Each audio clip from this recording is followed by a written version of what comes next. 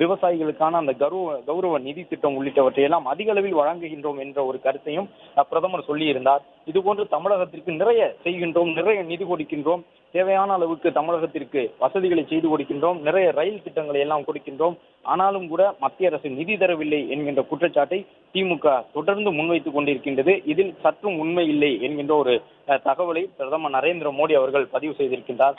தமிழ் மொழியையும் கலாச்சாரத்தையும் பண்பாட்டையும் நேசிக்கக்கூடியவராக தான் இருப்பதாக பிரதமர் சொல்லியிருந்தார். உலக தலைவர்கள் பலரையும் உலக நாடுகளுக்கு சென்று சந்திக்கும் பொழுது அவர்களுக்கான பரிசு பொருளாக திருக்குறளை மொழிமாற்றம் செய்யப்பட்ட அந்த திருக்குறளை எல்லாம் வழங்கி இருக்கின்றேன் என்பதையும் பிரதமர் நினைவு கூர்ந்தார். பனாரஸ் பல்கலைக்கழகம் இந்திய அளவில் ஒரு பெயர் போன பல்கலைக்கழகமாக இருக்கின்றது. பாரம்பரியம் கொண்ட பழைய பல்கலைக்கழகம்.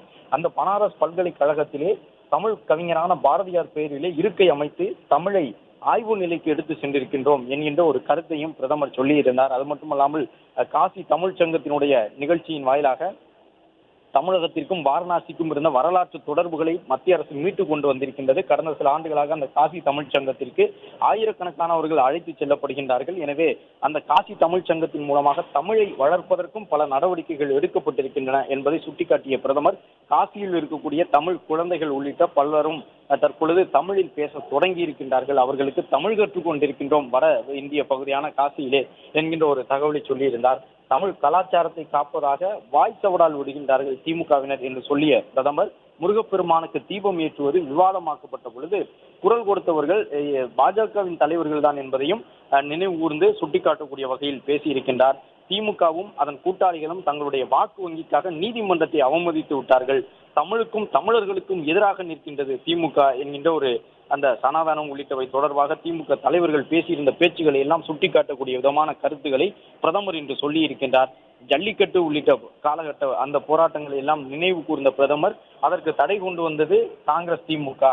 தடையை நீக்கி ஜல்லிக்கட்டு இன்றும் நடைபெற உதவி செய்திருப்பது பாரதிய ஜனதா கட்சியின் மத்திய அரசு என்பதையும் சுட்டிக்காட்டுவதாக அந்த சட்ட சிக்கலை எல்லாம் நீக்கிய அந்த முறைகளை எல்லாம் பிரதமர் இன்று லட்சக்கணக்கான தமிழர்களுக்கு முன்பாக எடுத்து கூறியிருக்கின்றார். தமிழ்நாட்டில் திறமைகளுக்கு எந்த குறையும் இல்லை, இளைஞர்கள் மீது நம்பிக்கை கொள்ளக்கூடிய அரசு தமிழ்நாட்டிற்கு தேவை என்று சொல்லியிருக்கின்றார். தமிழக இளைஞர்களுக்கு போதுமான அளவு வேலை வாய்ப்பை மாநில அரசு உருவாக்கவில்லை என்பதற்கான ஒரு நேரடி குற்றச்சாட்டாக பிரதமர் இந்த குற்றச்சாட்டை முன்வைத்திருக்கின்றார். தமிழகத்தில் இருக்கக்கூடிய இளைஞர்கள் எல்லாம் திறன்மிக்கவர்கள், ஆனால் அவர்களுடைய திறமையை பயன்படுத்திக் கொள்ளக்கூடிய அளவிற்கு தொழில் நிறுவனங்களை ஈர்க்கக்கூடிய வல்லமை தமிழ்நாடு அரசுக்கு இருக்கின்றதா என்கின்ற ஒரு கேள்வியினை பிரதமர் முன்வைக்கின்றார். பல தொழில் நிறுவனங்களை ஈர்த்து தமிழகத்திற்கு கொண்டு வர வேண்டும் என்றால் இந்த மாநில அரசு மத்திய அரசோடு இணங்கி செயல்பட வேண்டும். மத்திய அரசும் மாநில அரசும் ஒன்றாக இணைந்து செயல்படும் பொழுதுதான் தொழில் நிறுவனங்கள் நம்பிக்கையோடு அந்த மாநிலத்திலே தொழில் செய்ய வருவார்கள். ஆனால் அதுபோன்று திமுக அரசு மத்திய அரசோடு இணக்கமாக இணைந்து செயல்படவில்லை என்கின்ற ஒரு பகிரங்கமான குற்றச்சாட்டையும் பிரதமர் இன்று முன்வைத்திருக்கின்றார். அதே நேரம் எடப்பாடி பழனிசாமி தலைமையிலே இன்னும் 2-3 மாதங்களிலே புதிய அரசு அமைந்தால் அந்த அரசு இரட்டை எஞ்சின் அரசாக இருக்கும். மத்திய அரசினுடைய நல்ல திட்டங்களை எல்லாம் உடனுக்குடன் தமிழ்நாட்டிலே செயல்படுத்துவதற்கு ஒரு வழிவகையாக அது இருக்கும் என்பதையும் பிரதமர் சொல்லியிருக்கின்றார். எடப்பாடி பழனிசாமி முதலமைச்சராக இருந்த அந்த காலகட்டத்தில் தான் ஏராளமான கிட்டத்தட்ட 11 மருத்துவக் கல்லூரிகள் கொண்டு வரப்பட்டன என்பதை பிரதமர் நினைவு கூர்ந்தார். அதன் பிறகு ஒரு மருத்துவ கல்வி நிறுவனத்தை கூட தமிழகத்திற்கு கொண்டு வருவதற்கு இந்த அரசு தயாராக இல்லை திமுக அரசு என்ற ஒரு குற்றச்சாட்டையும் பிரதமர் முன்வைத்திருக்கின்றார். திருப்பரங்குன்றம் விவகாரம் போன்ற மத ரீதியிலான விஷயங்களில் கூட வாக்காளர்களை குஷிப்படுத்துவதாக நினைத்து நீதிமன்றத்தை மீறி செயல்பட்டிருக்கின்றது திமுக என்பது பிரதமருடைய முதன்மையான ஒரு குற்றச்சாட்டாக இருக்கின்றது.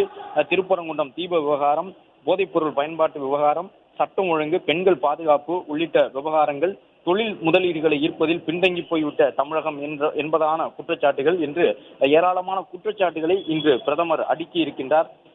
இன்று பிரதமர் வரக்கூடிய சூழ்நிலையிலே திமுக தலைவர் முதலமைச்சர் மு.க. ஸ்டாலின் நிதி ஒதுக்கீடு தொடர்பாக மத்திய அரசை நோக்கி பாரபட்சத்தோடு இருக்கின்றீர்கள் என்கின்ற குற்றச்சாட்டை முன்வைத்திருந்த நிலையில்தான் 11 ஆண்டுகளில் மும்மடங்கு நிதியை திமுக காங்கிரஸ் கூட்டணியை காட்டிலும் நாங்கள் அதிகமாக கொடுத்திருக்கின்றோம். வளர்ச்சி திட்டங்கள் என்ற அடிப்படையிலே ரயில்வே திட்டங்களை 7 மடங்கு அதிகமாக நாங்கள் கொடுத்திருக்கின்றோம்.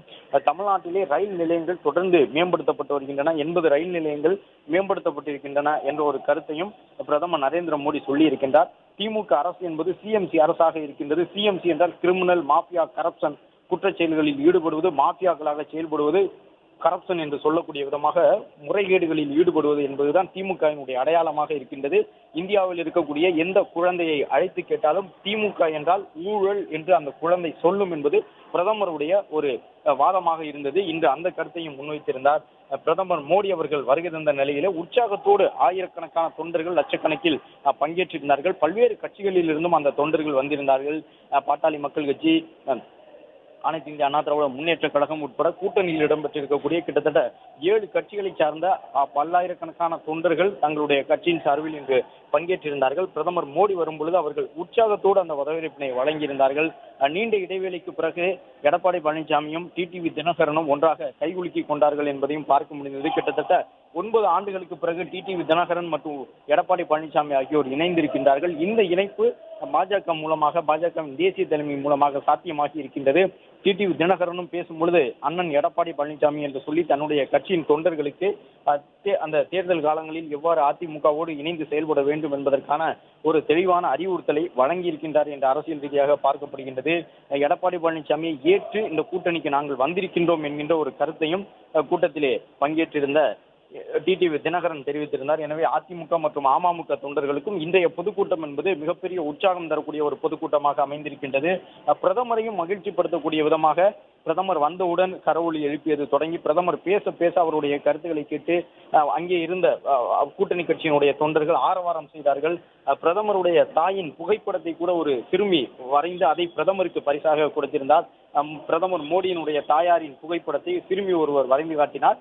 சிறுமி வரைந்திருக்கக்கூடிய அந்த புகைப்படத்தை நான் பெற்றுக்கொள்வேன் என்கின்ற கருத்தையும் விழா மேடையில் இருந்து பிரதமர் அவர்கள் சொல்லியிருந்தார். அதுவும் கவனம் ஈர்க்கக்கூடிய ஒன்றாக இருந்தது. பிரதமர் தன்னுடைய தாய் மீது மிகுந்த அன்பு கொண்டவராக இருந்தார். கடந்த ஒரு 3 ஆண்டுகளுக்கு முன்புதான் பிரதமருடைய தாயார் மறைந்தார்.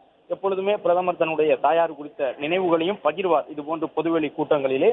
இந்த நிலையில்தான் சிறுமி ஒருவர் பிரதமருடைய தாயாரை தத்ரூபமாக வரைந்து காட்டியிருந்தார். அதை பார்த்து பிரதமர் அவர்களும் மெய்சிலிர்த்த வண்ணமாக அந்த புகைப்படத்தை நான் என்னோடு எடுத்துச் செல்வேன் என்ற ஒரு கருத்தை சொன்னார்.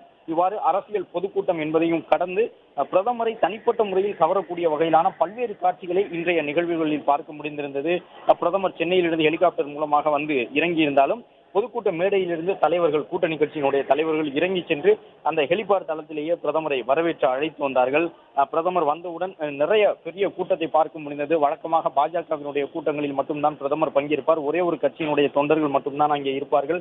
ஆனால் இன்று பிரதமருக்கு முன்பாக இருந்தது கிட்டத்தட்ட பாஜக தனிப்பட்டு ஆளக்கூடிய மாநிலத்தில் எல்லாம் பாஜகவிற்கு எவ்வளவு பெரிய கூட்டம் கூடுமோ அதே போன்று ஒரு பெரும் மாநாட்டுக்கு நிகரான கூட்டத்தை அதிமுக, பாமக, அம்மா மக்கள் முன்னேற்ற கழகம் உள்ளிட்ட பெரிய கட்சிகள் இணைந்திருக்கக்கூடிய இந்த கூட்டணியின் சார்பில் கூட்டியிருந்தார்கள். அதுவும் பிரதமரை ஒரு மகிழ்ச்சியான சூழலில் அந்த விழா மேடையில் வைத்திருந்ததாக பார்த்து அறிய முடிந்தது. அந்த அடிப்படையிலே பிரதமர் தொடக்கம் முதலே அந்த பெரிய அளவிலான கூட்டம் கூடியிருப்பதை மகிழ்ச்சியுடன் பார்த்தார்.